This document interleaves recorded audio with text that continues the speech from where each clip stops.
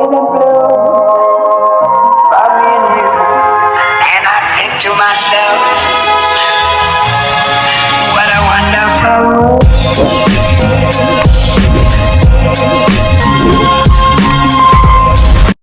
Bayan, so kakatapos na natin sa isa nating misyon at ang kasama natin ay si hiningal ako Halika. At kasama natin si Gerald at si Junjun ngayon. So nagdalawang grupo kami ni Harika Pugong Biyero. Ay si Gerald daw. Gerald! Tingnan dito. Ha? Halika. Masakit. Okay.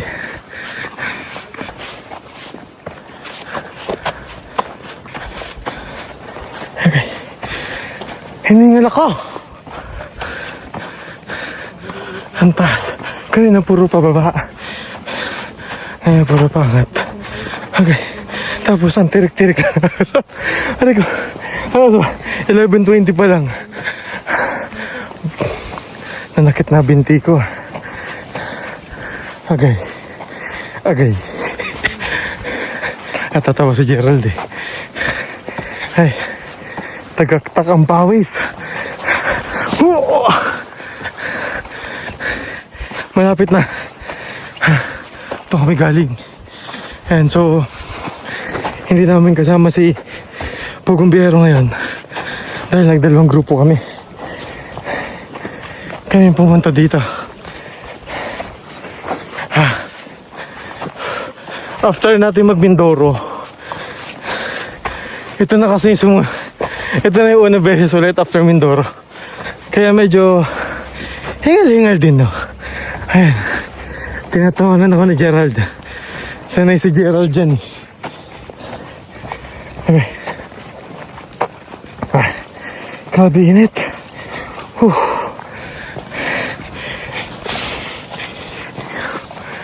Diba? Let's go. Sino ba tayo kanina? Saan ba ba? Minto? Ito pa?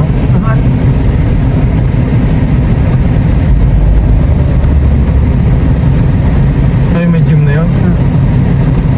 Dire magkanihonong no? Sa nabitin nyo ha? Dire lang?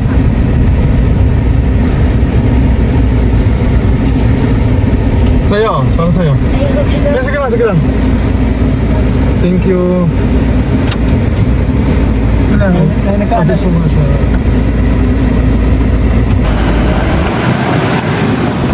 Pwede man huminto lang sandali. Okay lang, wala na. Pwede mo ganda i-vlog. Hindi natin na. Dito mo.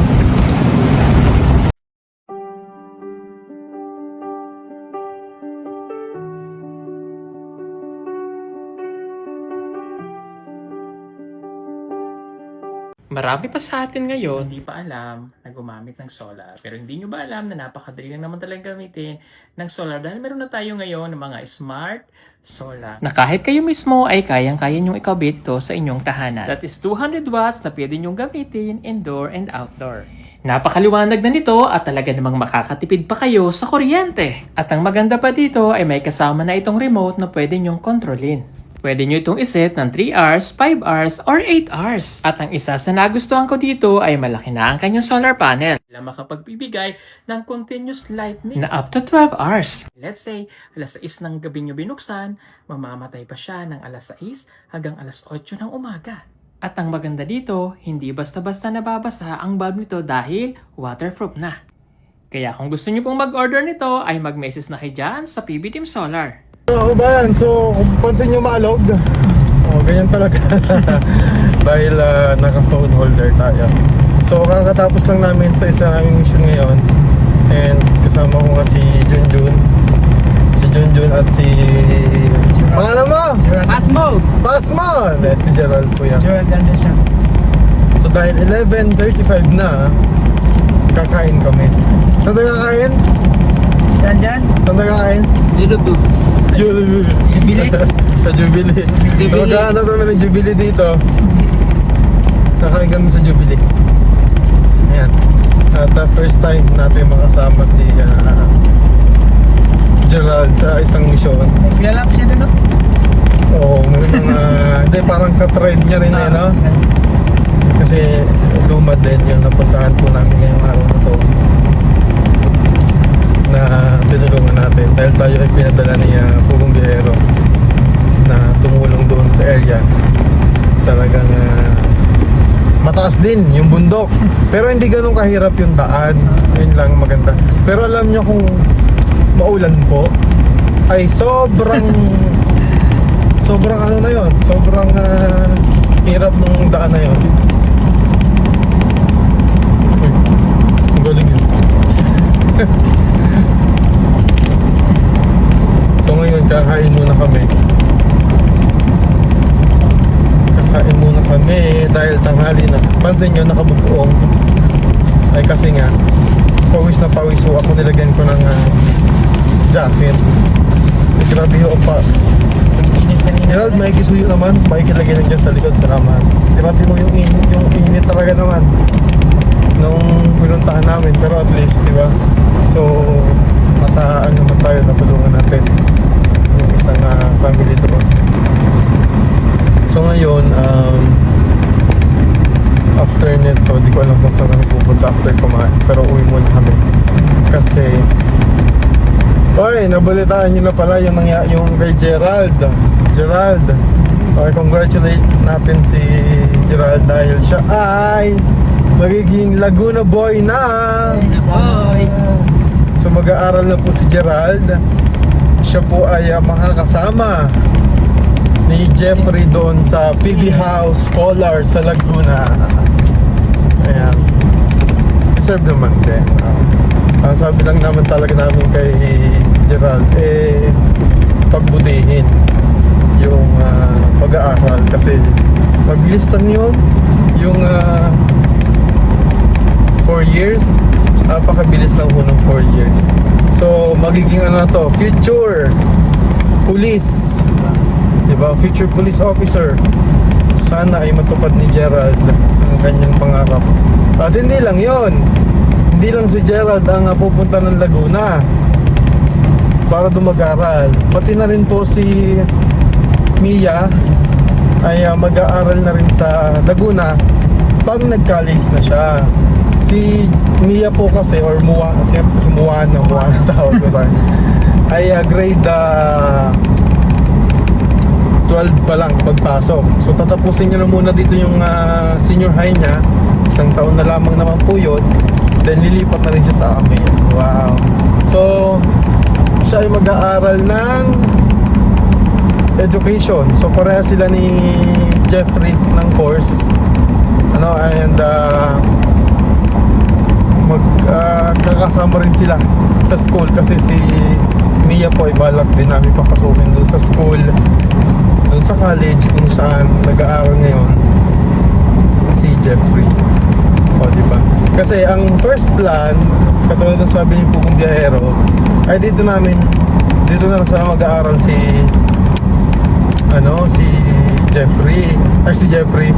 Gerald. Kaya lang namin na mas maganda kung doon siya mag-aaral sa Lyceum of Alabang po yun. So magandang school po yun.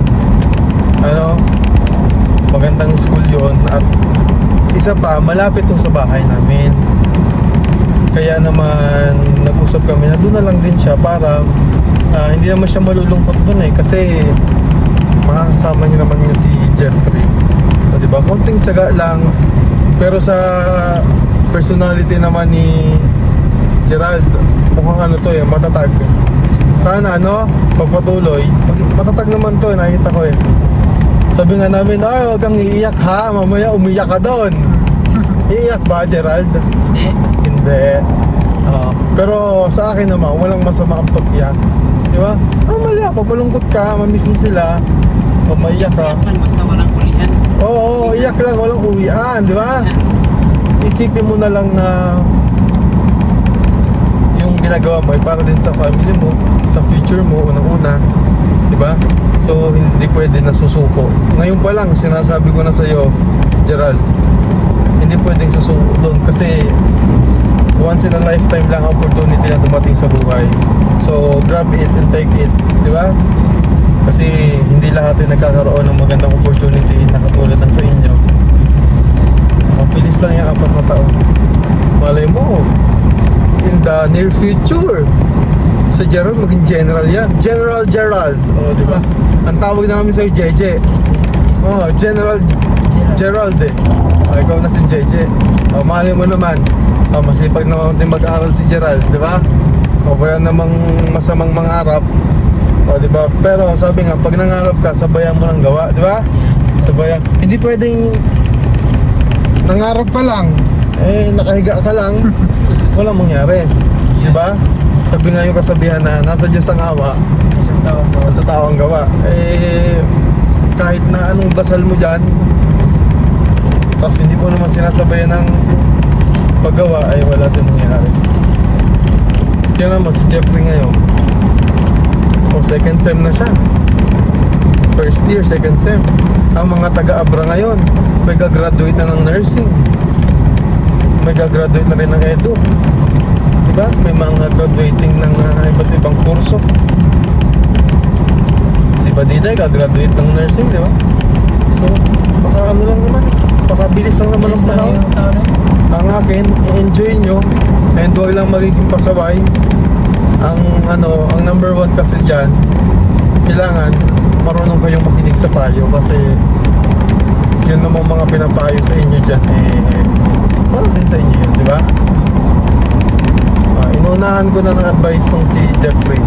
Lagyan ko na si Jeffrey, si Gerald, kasi yun din yung palagi kong sinasabi kay Jeffrey. Mag-enjoy ka doon, Gerald, sabi ko sa'yo.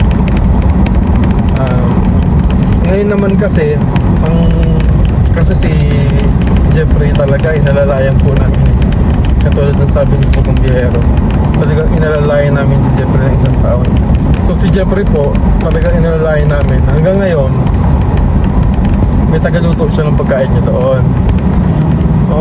Nilulutuan pa yun ni Ate Joanne. And kami naman, wala akong problema, ganyan talaga di ba? Ngayon, pabalik na kami ng PB House. Pero bago kami bumalik ng PB House, May request magja-Jollibee nga. Sa amin po mga, di ko alam kung sa inyo din, sa Bisaya po ay naniniwala sa kasabihan na pagka pumunta ka sa isang burol, kailangan mo magpagpag. Pagpag, di ba? So, totoo ba? Sa inyo rin ba gano'n? Ganun din sa amin. So, kailangan ipuntahan kang ibang lugar bago ka dumalit sa bahay. So napili namin. Ito yung abon na panggatong. Yan ilagay sa harapan ng yan, apakan mo bago ka umalis. Bago ka papasok sa bahay. Sa bahay nyo? Pero paano naman sa atin ngayon? Wala naman tayong Actually kanina, naka-red po ako. Nakapugong biyahero ako na red. Pinalitan ko kasi sa amin bawal kasi yan, yung nakapula ka sa may patay. Tapos paglabas ko nakita ko tong si Junjun nakapula man. Sabi ko hindi ata uso sa Ito yung kasama na lang yung bahay kanina. naka-red din. Yung nag-guide po sa amin na pinsan nakapula din. Hindi nga uso, sabi ko. Kaya sabi ko kay Kuya PJ, kasi wala na ho kasi akong, hindi ko sa sinasabi kung ako'y tumaba. Siguro lumiit lang ka pa pala ba? Walang magkasya sa akin t-shirt na yung Pugong Biyahero. Meron dong malaki-laking t-shirt kasi kulay pula. Sabi ko ayoko talaga. Kasi patay yung pupuntahan So lamay ba? Bawal yun sa amin. Kaya nagulat ako paglabas ko. Nakapula man si Junjun. Hindi ata uso yun sa kanila, sabi ko. At nagpapasalamat tayo syempre. Thank you Lord kasi nakapunta tayo ng maayos doon. Yan kasi yung niya kanina. Medyo kinabahan ako kasi nung papunta po kami, may tumirik na sasakyan. Ang tagal nakahang dun sa, akala ko sobrang taas nung daan. Wala man. Hindi man, siguro lang talaga na Pero sa totoo lang, yung daanan namin pataas, kaya lang sasakyan kasi kung ano talaga, mahirapan. Ayan, so sa mga kababayan natin na nagmamaneho, bumabiyahe, diba? Mag-ingat po tayo. Ano? You know, accident happen anytime. Kaya palagi tayong mag-ingat. Because, you know, hindi mo ma-predict yan eh. Hindi mo alam kung kailan Ano na nga, yung pinuntahan natin lang. Oo, katulad na pinuntahan po namin ngayon, itulungan po natin. Pumunta lang siya to attend the barangay meeting. Diba? The barangay meeting. Barangay meeting ba yan? So wala namang may gusto dahil aksidente nga. Pero ang ano ko po talaga dito, masawa lang yan. mag-ingat. Yung na...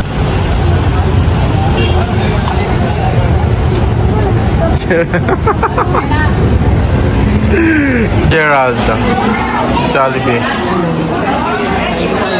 Sobrang sikip lang. Sobrang sikip. Wala ba ibang table? Napwede tayo lumipat? Wala na eh, kanina pa kami naghanap. Ang dami pa naman na order. Ang dami na yung order, wala na table.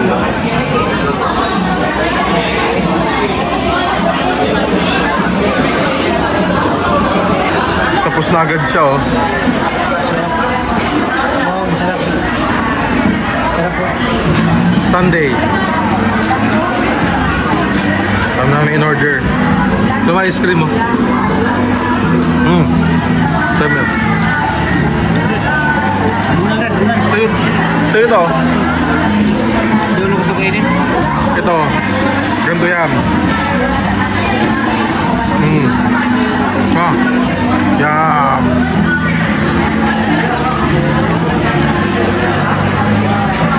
Sarap.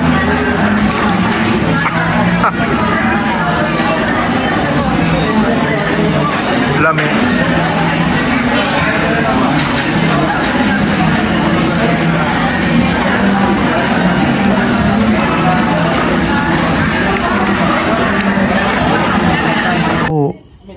Dito sa PBTM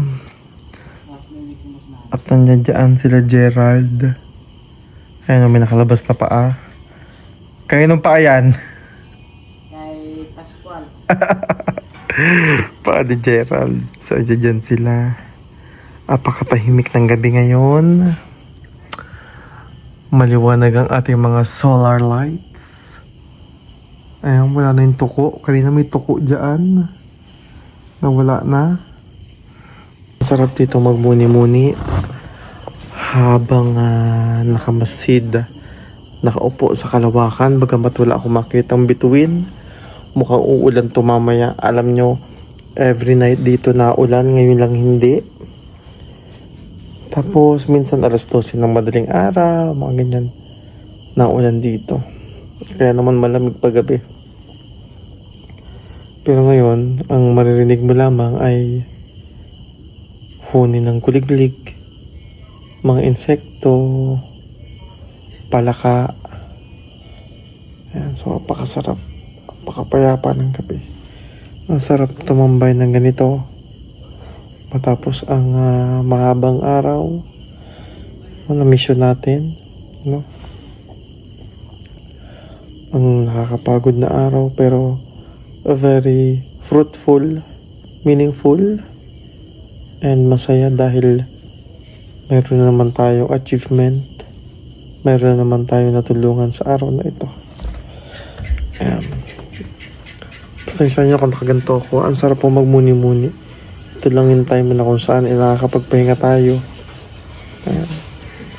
Kaya maraming salamat mga kabayan sa walang sawa ninyong pagsuporta sa amin.